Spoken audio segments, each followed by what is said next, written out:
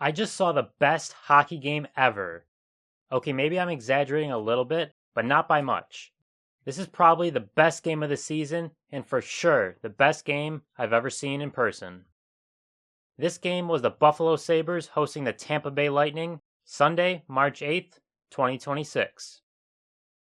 Going into the game, everyone knew this would be a big one. First place was on the line in the Atlantic Division. Coming back from the Olympic break, the Sabres had won 6 games in a row, while the Lightning had lost 4 of 6, seeing their division lead slowly slip away. Both teams have been having great seasons. The Lightning are once again in contention at the top of the Eastern Conference, despite a rash of injuries.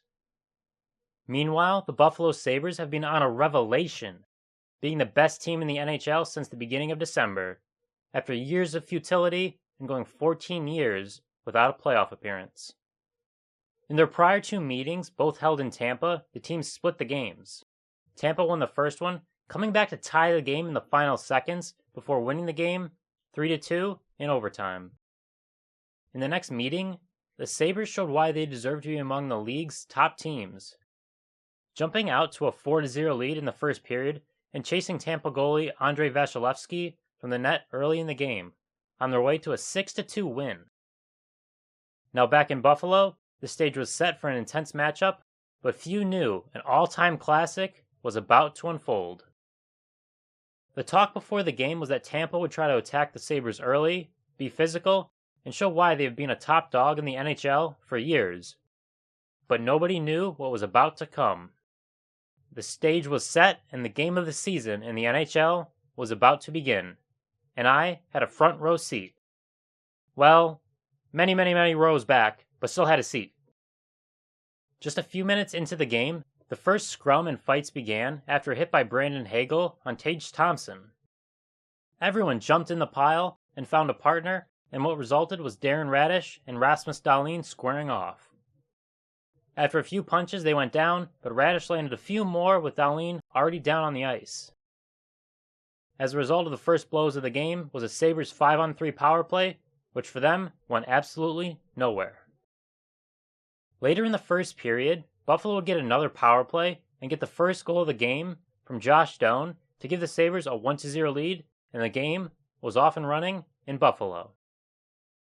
Only a handful of seconds later after the ensuing faceoff, we had our second fight of the game between Sam Carrick and Scott Sabrin. Sabrin gives the bench a little finger wagging to try to get the boys in white fired up. Every whistle in the first period it seemed like something was happening or about to happen. Less than a minute later, another coming together happens, and this time it's Peyton Krebs and Brandon Hagel trading blows. And just like Sabrin, Hagel adds a few punches after Krebs was already down on the ice. Tampa came to be a bully tonight. Whenever penalty boxes were designed, they weren't designed for games like this. Both teams' penalty boxes were a full and probably a fire code violation, but the crowd in Buffalo was loving it. We're still in the first, and another fight almost breaks out, this time between Michael Kesselring and Eric Chernak. But the linesmen get in and put a stop to the fun before they really get going. And each only gets 2 minutes in the sin bin as a result. In the second period now, and the water from the Zamboni hasn't even frozen, and we got another fight going down. It is Kesselring and Chernak going at it, and this time, nobody's there to stop them. After a few punches, Kesselring wrestles Chernak to the ground with a slam. Literally just a second later after the face-off, we've got a straight-up boxing match happening. Forget a hockey game. Beck Malenstein drops the glove with old man Corey Perry. Both guys land a few good punches before Malenstein drops Perry with a left jab right to the face. We're only seconds into the second period, and we've had our 5th fight of the game, I think. I'm losing track at this point. There would be an actual hockey game played tonight, and the Sabres took a 2-0 lead early in the period on another power play goal, as Rasmus Dahlin fed Jason Zucker, who made no mistake with the one-timer. Minutes later, with the Sabres on another power play, the Sabres would work a shot for Tage Thompson, who ripped a shot that was deflected by Alex Tuck to give the Sabres a commanding 3-0 lead. We were only 3 goals into this 15-goal extravaganza. Tampa would get on the board as the senior citizen Corey Perry finishes a beautiful backhand shot in the top corner to make it 3-1. Tampa would then go on a power play, but Alex Tuck would make it 4-1 with a shorthanded goal between the legs of the goalie for a 5-hole finish as the Buffalo crowd erupts. We still have 10 goals to go, so I'll try to speed this up a little bit. Still on the same power play, a fan shot by Nikita Kucherov makes its way off a couple skates and sticks into the back of the net. Former Sabre Zemgus Girgensons would then score against his former team, ripping a shot into the top corner. And after a turnover late in the second, the puck finds its way to JJ Moser, who makes no mistake, and we are tied up at 4 heading into the third period. And boy, what a third period it was.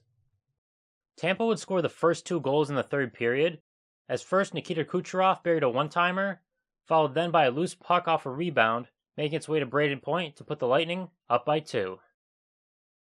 The Sabres would then finish a 2-on-1 a few minutes later, as Sam Carrick buried a shot far side to make the score 6-5 Tampa.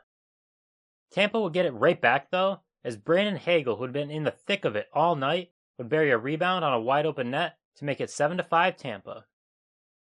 Sabres captain Rasmus Dahlin, who had been beaten and bruised all night, found a lane open right before his eyes, and he would score blocker side to make it a 1-goal game. With just over 5 minutes left, Ryan McLeod hits a cherry-picking Jason Zucker to tie the game for the Sabres, and Buffalo is exploding inside KeyBank Center.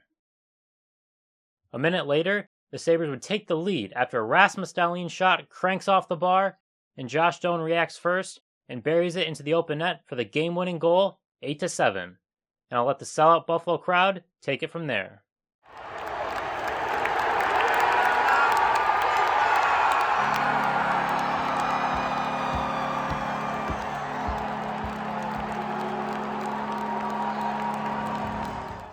The win would mark the Sabres' 7th in a row and put them alone into first place in the Atlantic Division. What a wild game. Without a doubt the craziest sporting event I've ever seen in person. If you enjoyed this video, be sure to leave a like and leave a comment below on what you thought of the game. Remember to subscribe for more sports videos like this.